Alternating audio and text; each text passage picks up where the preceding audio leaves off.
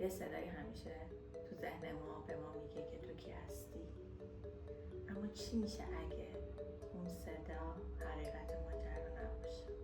درود و نور، سهرا هستم و خوش اومدین به سری مجموعه‌های سفر به درون.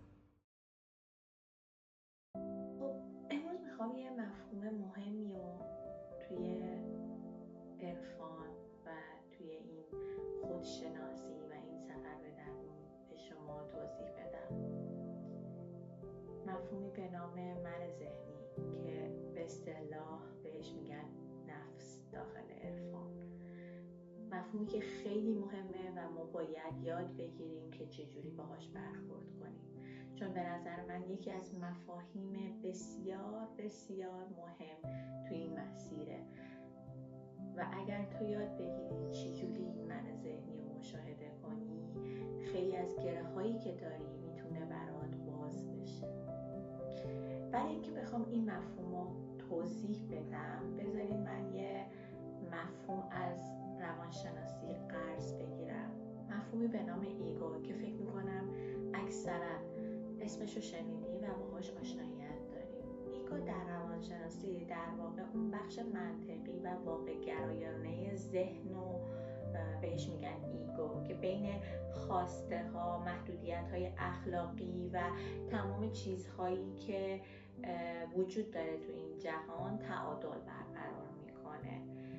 در واقع یه سری تصمیم گیری ها ما به وسیله ایگو انجام میدیم و درک ما از واقعیت رو این ایگو میتونه مدیریت کنه. ایگو در واقع از اتفاقهای ما، از گذشته، از ترس هامون، از تجربه هامون یه داستان میسازه. این داستان به خودی خودش ذاتاً بد نیست. ما برای زندگی به عنوان انسان توی این جهان و توی این بعد از زمان و مکان نیاز به ایگو داریم، چون باید یه سری تصمیم ها گرفته بشه. پس این ایگو به ذاتاً چیز بدی نیست، یه عملکرد ذهنه و به ما کمک میکنه که در این دنیا، در این جهان زندگی کنیم. حالا من ذهنی کجا شکل میگیره؟ من ذهنی در واقع اونجای بیرون میاد که ما داستان ایگو رو به عنوان یه هویت میپذیریم و احساس میکنیم این داستان هویت ماست، این داستان بخشی از ماست و ما با اون یکی میشیم. اینجا من ذهنی شکل میگیره. پس چی شد؟ ایگو میاد مدام داستان میسازه.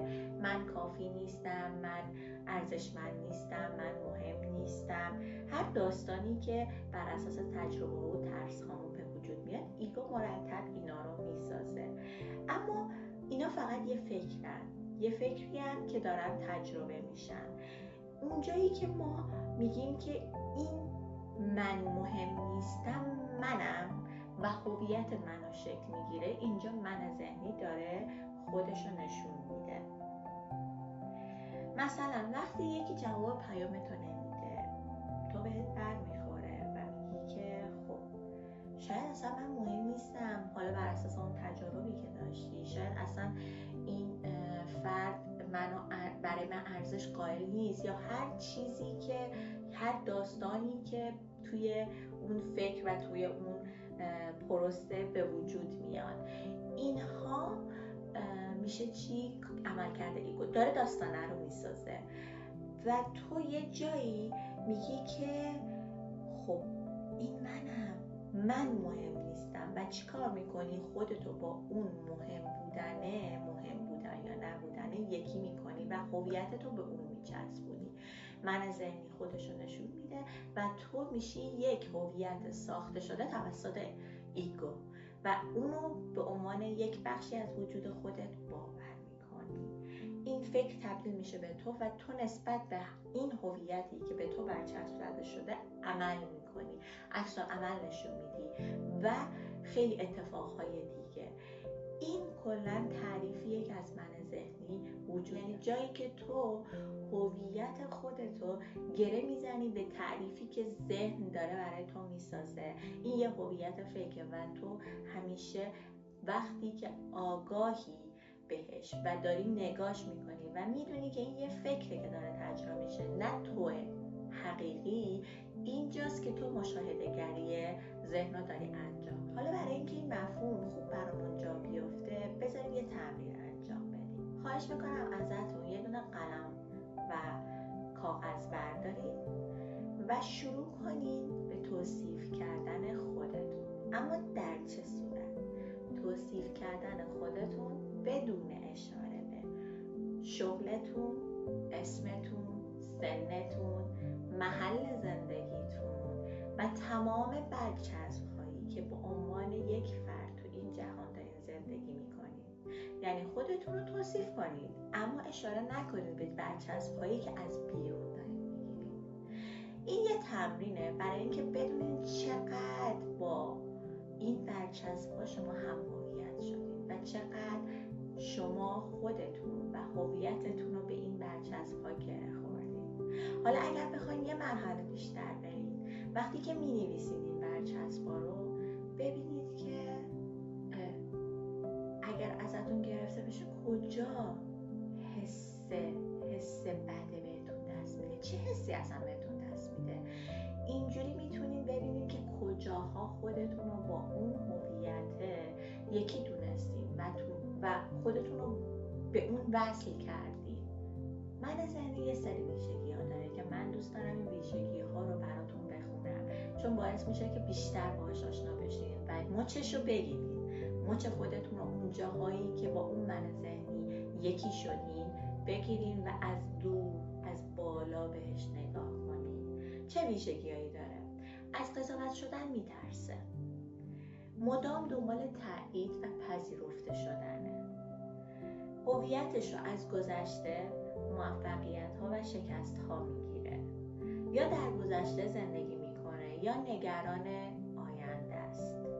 سکوت رو سخت تحمل میکنه. سکوت قشنگ مرگ من ذهنیه. یعنی وقتی که سکوت میشه، جایی که سعی کنید اینو تمرین کنید حتما، جایی که داره به شما رو وادار میکنه که حرف بزنه، سعی کنید سکوت کنید.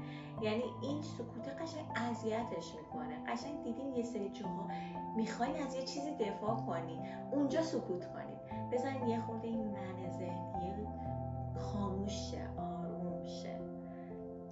خودشو با نقش‌ها و برچسب‌ها تعریف میکنه. اون برچسبایی که بهتون اشاره کردم تو تمرینی که داشتیم، حتما اون تمرین رو انجام بده. اون تمرین واقعا بهتون کمک میکنه که اون برچسب‌ها رو بشناسید.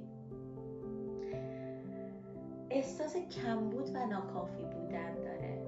میخواد همه چیز رو کنترل کنه. کنترلگری یکی دیگه از نشونه‌های من ذهنیه. جایی که دارین تلاش میکنید کنترل کنید آدما رو، موقعیت و مکان و هر چیزی رو، اونجا من ذهنی داره خیلی خودش رو نشون میده. اینم یه نشونه دیگه میتونه باشه که خیلی کمکتون میکنه. خودش رو جدا از دیگران و جهان میبینه. سریع واکنش نشون میده و زود رنجیده میشه. از رها کردن و ناشناخته ها میترسه. جاهایی که شما میترسین از اینکه یه آدم رو رها کنین، میترسین از اینکه بچه‌تون رو بذارین خودش مسیرش رو پیدا کنه، رهاش کنین. اینجاها داره من ذهنیتون میاد بالا و خودش رو نشون میده. مدام در ذهن داستان میسازه و تحلیل میکنه، سناریوهایی میسازه که خودتون میدونین. یعنی یه اتفاقی میافته، اصلا معلوم نیست این اتفاق تهش چی میشه، ولی اون سناریو رو تا ته به بدترین شکل ممکن میسازه. مثال میزنم براتون. یه مریضی گرفتی، چه میدونم مثلا یه جای بدنتون کبود شده، یه بنده خدایی میاد بهتون میگه که این کبودی ها یه خورده مشکوکه ها، برو دکتر. ما یه آشنایی داشتیم که این کبودی ها با مثلا کبودی ها رو داشت و رفت دکتر و فهمید که سرطان داره. اینجا من ذهنی شروع میکنه به داستان ساختن. آره تو سرطان داری، تو فلان میشی، حالا اگر اینجوری بشه چی میشه، حالا اگر اونجوری بشه چی میشه. و این داستان ها مثل خوره میفته به جون ما و ما باهاشون یکی میشیم. اینم یه جای دیگه است که من ذهنی خیلی خوب خودش رو نشون میده. آرامش رو بیرون از خودش جستجو میکنه. ما دنبال آرامش بیرون از خودمون هستیم.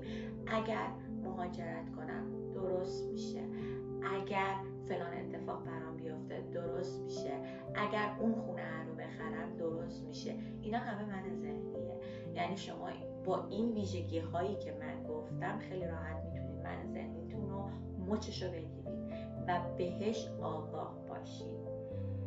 میدونید من ذهنی دشمن ما نیست، فقط هویتیه که سالها فکر میکردیم خود واقعی ماست، در صورتی که نیست، در صورتی که ذات ما ابدیت، ذات ما نوره و ما با این هویتی که من ذهنی ساخته یکی نباید بشیم، چون اینا برای تجربه کردنه، برای اینکه ما این زندگی رو تجربه کنیم، نه برای اینکه یکی بشیم و خودمون رو این تن، این بدن و این جسم بدونیم، این افکار بدونیم، این احساسات بدونیم. اینا همه اومدن که تجربه بشن، نیومدن که با تو یکی بشن، نیومدن که هویت تو رو تشکیل بدن. پس این خیلی مهمه. حالا ویژگی‌های من ذهنی رو که بهتون گفتم، خیلی جاها مچ من ذهنیتون رو بگیریم و بفهمین که اینجا من ذهنیه که داره عمل میکنه. من به مرور زمان بیشتر مثال میزنم و بیشتر سعی میکنم که چیزهایی رو که یاد گرفتم با شما به اشتراک بذارم. اما شما هم برای من بنویسین تمرین رو انجام دادین چه حسی داشتین؟ آیا واقعا تو اون تمرینی که انجام دادین عمیق شدین؟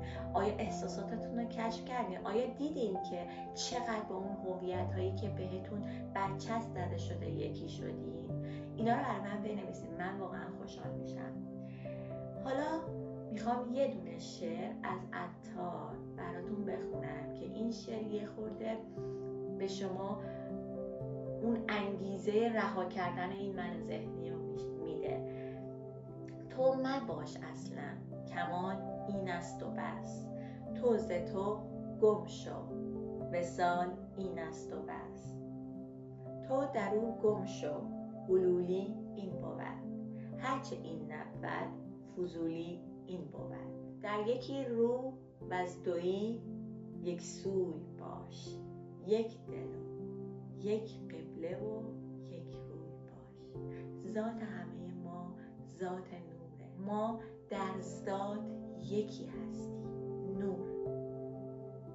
پس بیایم من ذهنیمون رو مشاهده کنیم، متوجهش بشیم، متوجه اون بازی هایی که با ما میکنه بشیم و سعی کنیم ازش عبور کنیم. برای یه بارم که شده اون هویتی که سالها تو رو گیر انداخته رو از بالا نگاه کن و رهاش کن. بذار از دست بره، بذار از دست بره تا اون خود درونی تو بتونی پیدا کنی. پس بیایم من ذهنیمون رو مشاهده کنیم و با از دست دادن اون هویت خود واقعیمون رو پیدا کنیم. نور و مهر و عشق از قلب من به قلب